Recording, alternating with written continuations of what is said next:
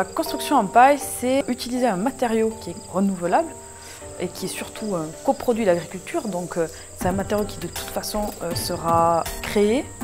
Donc on ne le fait pas passer par une usine. C'est directement de la paille à la construction. Alors, la première fois que j'ai vu une botte de paille en tant qu'isolation, j'ai rigolé. J'ai même bien rigolé. Mais ça va prendre feu, tu te rends pas compte de ce qu'il en est, mais ça va être une vraie galère. Ta maison, il faudra mettre 4-5 ans pour qu'elle soit réalisée, vous ne trouverez pas les artisans.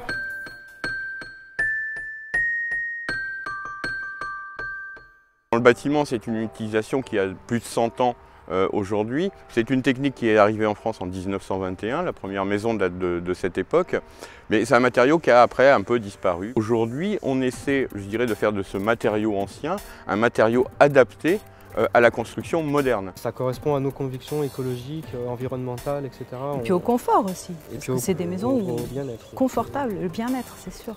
Un matériau renouvelable annuellement, un matériau local, c'est-à-dire sans transformation industrielle, sans transport. Et puis aussi, c'est parce qu'elle permet de faire des habitats, quand elle est bien mise en œuvre, très performants, très bien isolés. Notre philosophie, c'est d'essayer d'être le plus respectueux de l'environnement, donc de construire si possible avec des matériaux écologiques. Par le biais de notre première expérience avec notre maison, puis cette maison-là, c'est de montrer que c'est un matériau qui se prête à de l'architecture finalement moderne, voire ultra-moderne, un peu comme ici. J'avais l'envie de construire une maison avec une démarche environnementale.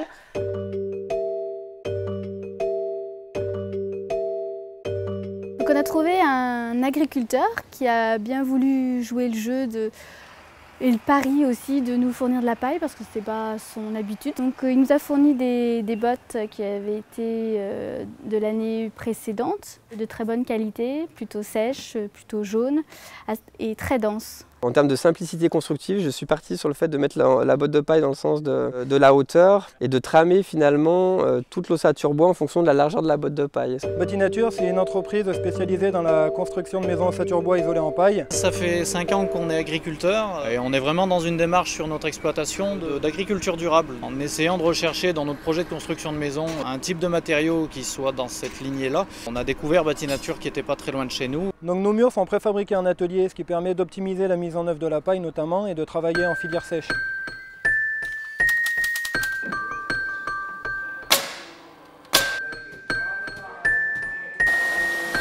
Ces éléments préfabriqués en atelier sont transportés par camion. Les murs sont partis à 6 h de notre atelier à Saint-Roman. À 7 h 30, le camion était en place sur le chantier. Nous réservons toute la matinée au levage des murs et cet après-midi, nous allons lever la toiture qui a été préfabriquée en amont la semaine dernière. Pour cette maison, nous arrivons à être hors d'eau en une journée.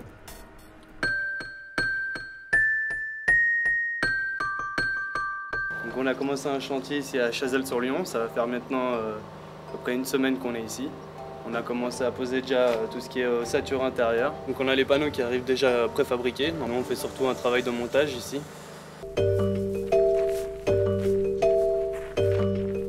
J'étais allée souvent sur internet et c'est vrai que moi tout ce qui était écologie m'intéressait depuis longtemps. Il y a beaucoup de clients pour lesquels on n'a pas besoin de convaincre puisqu'ils viennent avec une démarche militante alternative. Si un jour la maison doit disparaître, eh ben, elle disparaîtra facilement parce que c'est de la paille dedans. Après le premier contact, on va réaliser donc la programmation.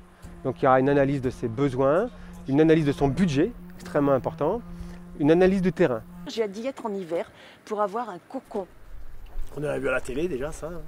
Non, mais je suis un peu les anciens ils verraient ça, ils diraient mais ça y est, ils sont fous. Mais attends, ils faisaient quoi les grands-parents? Nos grands-parents avaient des fermes et en toiture avaient la paille qui était stockée et ils savaient très bien que c'était dormir sous les toits. Entre l'étable et le grenier où il y avait le foin et la paille qui était stockée, ben c'était le meilleur endroit. On avait le chauffage, c'était l'étable, et l'isolation, c'était la paille en toiture.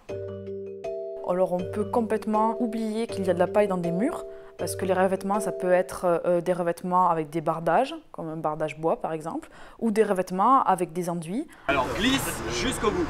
Là tu vois, si tu t'arrêtes avec la succion déflatoire sur la terre, tu risques de décoller. Donc ce parement va permettre avant tout de protéger la botte de paille contre le feu. Ensuite, il va permettre aussi de réaliser un apport de masse thermique à l'intérieur du bâtiment. Le fait d'avoir un complexe très respirant, en fait, l'enduit intérieur, la botte de paille, l'enduit extérieur, ça permet d'avoir une régulation de l'humidité à l'intérieur du mur et aussi dans la maison. Les enduits terre, comme les enduits chauds traditionnels, sont des peaux vivantes qui jouent avec le soleil.